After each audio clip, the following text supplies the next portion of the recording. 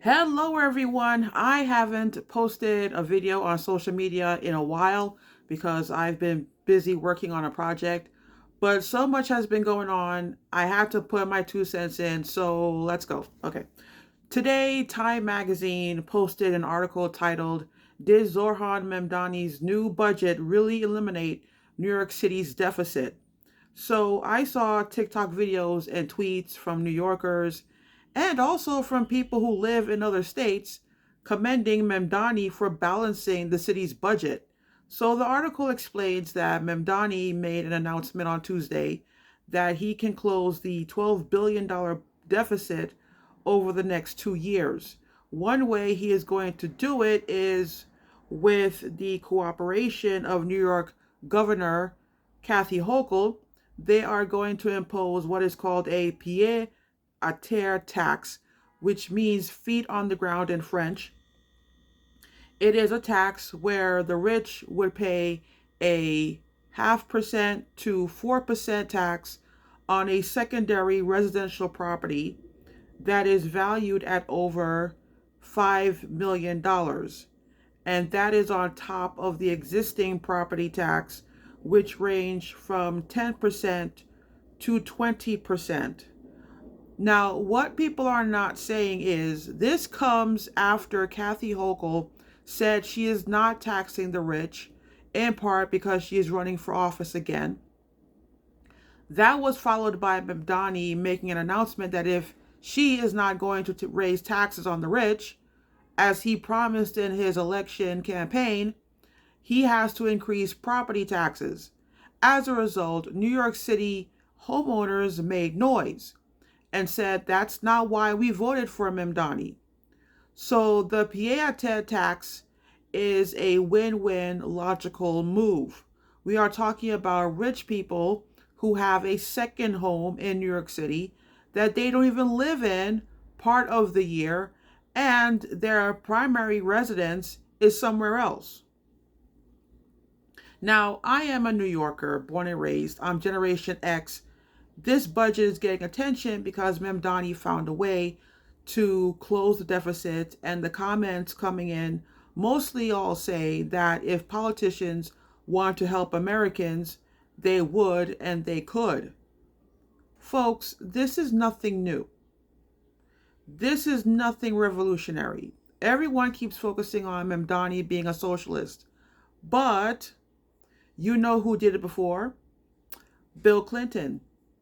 This is what happens when people forget history. Now, Clinton was in office back in the 90s, the last great decade in American history.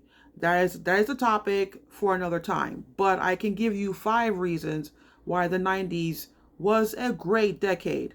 Number one, Microsoft, Michael Jackson, Janet Jackson, Prince, and Madonna. But I digress. When Bill Clinton started his first term back in 1992, 1993, the federal government had a $290 billion deficit. Clinton got rid of the deficit in a list of ways. Number one, he raised taxes on the rich. Number two, he increased the corporate tax. Number three, he took advantage of the end of the Cold War between the United States and Russia by cutting the military budget. Number four, he put in welfare reforms. Prior to that, many people spent their entire lives on welfare. So he put a 5-year limit on collecting cash assistance. Number five, he worked with a Republican controlled Congress instead of bashing them like Trump is doing to the Democrats. Okay, we've heard it many times before. Trump calls the Democrats low IQ idiots. Now, some people would say Bob Dole and the Republican Party deserves the credit. Some people say that the first George Bush deserves the credit, but Clinton was president. Clinton had to sign the bills. The deficit was finally eliminated during Clinton's second term. Therefore, by the time he left office in 2000, we had a surplus. Another problem I have is ever since Clinton left office, people swear that the government is not able to shrink the deficit And what happened back in the 90s cannot happen again. But here comes Mamdani closing a city budget deficit that has been around for a very long time. Make it make sense. My question is, what is wrong with taxing the rich and cutting military spending and make an honest attempt with getting along with the rest of the world? The last time I criticized Trump, I got bullied online by anonymous assholes.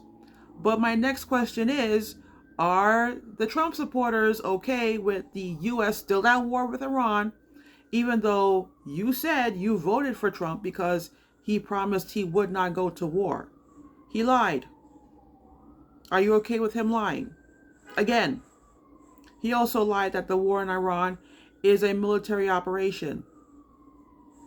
And are you okay that his Supreme Court gutted the Voting Rights Act, which might lead to a cold civil war here in the US? And therefore, you say yes, which I think the MAGA cult members will say. Before you say anything, do your research, because what the Voting Rights Act say in writing works in theory, but in practice it creates the exact opposite outcome. And what a coincidence. An emergency car is going off outside my place. What a coincidence.